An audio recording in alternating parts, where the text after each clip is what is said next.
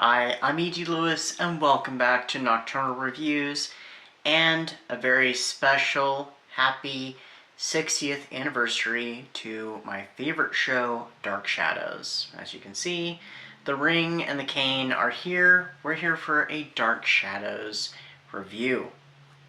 I am pre-recording this because I just finished it earlier this evening.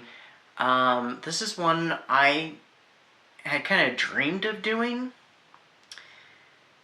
but until more recent months, maybe about a year or so, I'm not really sure, I didn't figure it would ever happen. And I am reviewing Shadows on the Wall by Art Wallace. This is the original show Bible. It was published by Pomegranate Press. I'm not sure exactly when it was. I'll pop on the screen when it came out originally. But this is what the show, its first incarnation, was, past Dan Curtis's idea. Whether if you believe it to be a dream or you know what exactly it ended up being, that Dark Shadows, you know, that the idea of Dark Shadows came from, this was its first incarnation, or let me say, I'm trying to think how to say it, first vision of the show. So I'm going to say this right off. It kind of goes very much along with how the show originally started out. The first, you know, several months of the show, before any ghosts actually showed up, before the Phoenix storyline, before all that, when we had a girl named Victoria Winters coming to Collinsport, to the house of Colin's house, not Collinwood, but Colin's house, searching for her past, and you know, getting involved with the mysteries of the family, the tensions, the drama, the scandals. You know, Burke Devlin looking for, you know, a way to take over the Collins family business and to, you know, take over the great mansion and live there, you know, live it up, you know, laughing in their faces, you know, taking his revenge from, you know, 10 years past. Bill Malloy looking for answers to, you know, what's going on with Burke Devlin. How can we, you know, how can we stop him? Roger freaking out left and right because Victoria Winters has met Burke Devlin and she's talked with him. Oh, she's met Sam Evans. Sam Evans and Burke can't meet because, you know, they might, you know, they might talk and somebody might reveal what he knows and his involvement. Roger's accident, you know, the car accident, all those fun things, you know, they all happened in this original treatment. I don't really know how to do a summary and just kind of talk about it, really, because it follows the same thing. You know, Victoria Winters, she's come from New York to, you know, discover the secrets of her past, as well as she's accepted a position as governess, but also companion to Elizabeth, which that was a little bit different. She was not accepting that position, just governess in the show. But she arrives by bus instead of a train, which I thought was an interesting little change. Roger here is much more... he's much more villainous than he is in the first year of the show. And he treats, from the way it sounds, because it's merely just kind of a treatment, really, and it leaves things open, but, I mean, he treats her like crap, really. And he gets into a lot of... I mean, he does get into fights with his sister, Elizabeth, but, like, more so. I also feel like that Elizabeth and Roger's age gap is much bigger in this treatment and the character breakdowns, because it really does. It has character breakdowns, it has a little bit of a history and kind of, you know, status quo of the town of Collinsport. It has the treatment, it has footnotes for characters, and it has footnotes at the end for the story, which kind of take it further where the show could go after the storyline kind of wraps up. Kind of like, you know, like if you were to read this first bit, it's like that could almost be like book one, because the way it kind of has a bit of finality to it. And then it opens up for like ideas of like a book two. in a way. So kind of like, like a whole season. So it's like mapping out like the first year, which, really some of that stuff turned out to be stuff that would be going into the second year. And some of the stuff that happened in the first year of the show, or was projected to happen, that they just lightly touched upon, kind of happened during that first year instead of, was projected to happen in the future. But yeah, like I said, David is very much that, he's a little more bad seed than he is in the show, I feel. He's much more sinister, and he even gets to continue his sinister bits more so when we have the Jason McGuire character come in, who is called Walt Cummings. And there's no Willie Loomis character as a companion for him. He's just on his own, and he seems to have an even stronger hold and more control over everything that's going on in the house. There is a character he doesn't get to contend with because that character is essentially written out, and I don't want to spoil anything if anybody ever gets to read this. I read it on Internet Archive, actually, because someone was gracious enough to upload it, and I actually heard this. I wouldn't have known otherwise if I hadn't heard it on the Dark Shad Bros. So and I don't know when they're going to have a new episode. Like I said, I'm pre-recording this actually just over a month in advance. So it's like the 23rd of May when I'm recording this, and this is not to come out till, the 27th, the day Dark Shadows premiered. So I'm hoping Dark Shadows Bros will have an episode by then. If not, definitely check out the channel. It's Peter Mack's channel, and they have a lot of great information and stuff, and they discuss some interesting topics. Definitely one of my favorite Dark Shadows talk shows, for sure.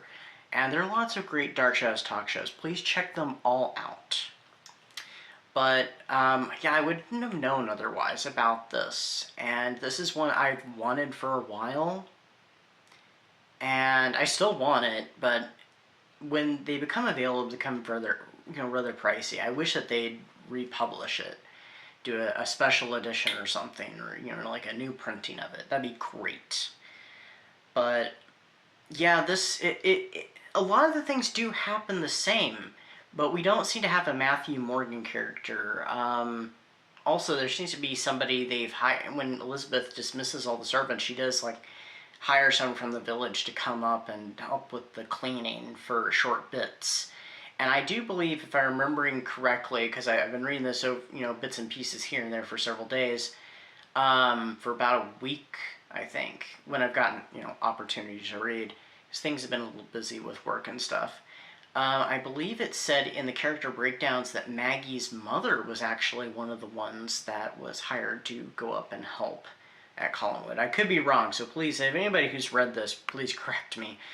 But I thought that was rather interesting. Sam Evans is described as having red hair, and he's not really mentioned as being, an alcoholic.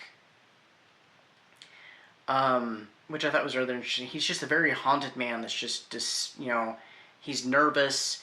He is full of guilt and regret that he gave in to what his part in the whole Burke Devlin thing. Those of us, of course, who've seen the show from beginning to end, we know exactly what it is. But anybody who hasn't seen the early episodes, I don't want to spoil that for you. Also, there's no murder of Bill Malloy. Spoiler alert, if you haven't seen those episodes, I said I didn't want to spoil anything, but I'm not going to tell you who did it. There's none of that. Bill Malloy is in it through the entire storyline, which I thought was really interesting as well. And that was nice because I liked the character of Bill Malloy, and we get to know a little bit more about him and stuff, and his relationship to Elizabeth, which is a little different. And I would have liked to have seen Bill Malloy during the whole Jason McGuire storyline, and he does have a role to play in the Alan, why do I keep saying Alan? That's the actor, Walt Cummings, storyline. There's no ghosts in this, except for, metaphor. They say that, the characters can hear the ghosts, or they seem like they can sense them, but there's never anything that happens. it's more of just, the legends living on in their imaginations, and the ghosts are much more symbolic. Not that they don't have symbolism in the show, even when we see them, but they're much more metaphor. So much more just part of the atmosphere and not literally there, which a little more high gothic, but I miss the ghosts though, but it's okay. I will say, I kind of wish that Art Wallace had written more ideas of stuff to come, especially when he, in his footnotes and stuff, because he does write, things they could do later on and stuff. With Laura Robin is her name, Laura Robin Collins, and kind of her fate and how it ties into Victoria. Of course, she's not a supernatural figure, and the consequences that her fate has on Victoria. And I kind of wonder, it's a shame that he didn't kind of put that in there and reveal who did, who was responsible for that, because I would love to have known. And all the little secrets. Frank Garner would have continued on too as a character, which I thought was interesting, and he would have been into the whole next section of it. Burke is also, this was something interesting. I never thought of Burke in this way, but not only is he, the Count of Monte Cristo figure, but he's also, and I feel okay now saying this because it's been long enough since Wuthering Heights has been dead to me for a few months. I think I can talk about Wuthering Heights again briefly now. Just too much exposure. If you were there with me for Gothic Hearts, I just fully involved myself in a whole bunch of Wuthering Heights stuff, and I was just like, okay, I've had enough. It's dead to me for a little while. Burke Devlin is very much kind of a Heathcliff character. And in his bio, he has gone off. He got out of prison 5 years earlier, and he went off and made his fortune, has come back very much kind of like Heathcliff, and people wonder, well, how did he make his money, and they speculate and stuff. And so I was like, I never thought of him as a Heathcliff type, but that makes sense. He's also a little more, how do I want to say this, he's not the same Burke that we see in the show in many ways. He's a little more wild. They use that word wild a lot in this. But he has moments where he shows his heart, kind of like in the original show, how he has moments where he shows his heart, especially where Vicky is concerned, because Vicky very much is his conscience. He wants to do better by her. As much as he wants his revenge and he has a plan and his obsession, she does pull at those strings. She and David both do. And so we do get bits of that, but in many ways he's a much more wild figure. Very much kind of like Heathcliff, but not, not as abusive as Heathcliff is, definitely, but he's got that spirit about him. So I thought it was interesting. In his description, they make him sound much more seductive and even more adventurous than, the Burke Devlin we know. So that's part of that spiritedness that I was talking about. Also, Carolyn is rather different too. She's it goes deep into her character, and in a way that the show doesn't. And maybe it's because of the time period, and maybe they just wanted to soften the character, but she's even more rebellious. She definitely has the fear of commitment to marriage because of how she sees what it has done to her mother, waiting for Paul Stoddard to come back one day. And she is being pushed by her mother to marry Joe Haskell. And she's like, nope, I don't want that. I don't want to be like you. I don't, I'd much rather be just free and unattached. Even to some of the description of things that she may have been exposed to or exposing herself to is just like, oh wow, that's That's not the Carolyn from the show, that's for sure. So she's even more wild child than, Carolyn we're the Carolyn we know. I feel like I'm saying, we know a lot. But needless to say, I really enjoyed this one. I wish I had gotten to read it much sooner. I had gotten to see like little glimpses of it, kind of descriptions of some of the stuff, I think, on the Dark Shadows wiki page a long time ago, but it's completely different, actually reading the notes and stuff and seeing, what was the potential projection for the show. And he leaves it open for writers to explore things a little bit more. And also in this, Vicky's past gets pretty much revealed to her, but then again, we are left with a little bit of uncertainty there. Of course, by the time that the show was already in production, they had kind of decided to go against this because of some things that happened behind the scenes. Particularly how much Alexandra looked like Joan Bennett, and how Joan Bennett without her glasses on thought her daughter was on the set. So they had already changed their minds about what they were going to do with the character of Victoria Winters and her parentage very early on.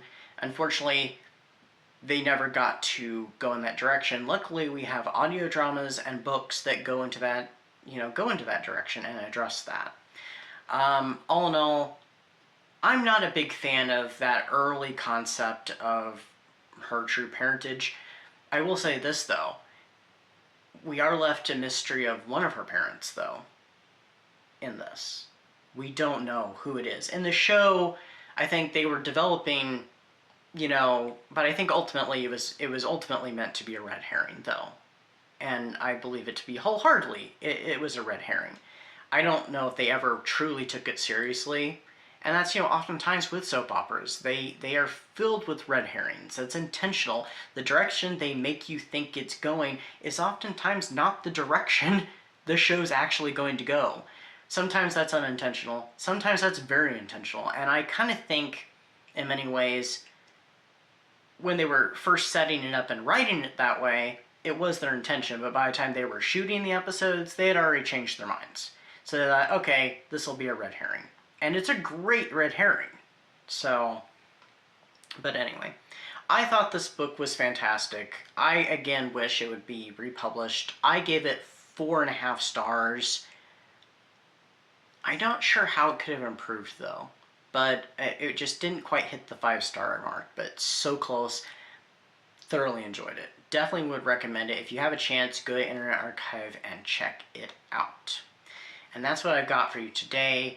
I hope you are enjoying some Dark Shadows stuff. Maybe watching the first episode of Dark Shadows today. I probably will when the date actually comes, since this is, just over a month ahead. But anyway, until next time, stay safe, stay spooky, and I'll see you then. Namaste.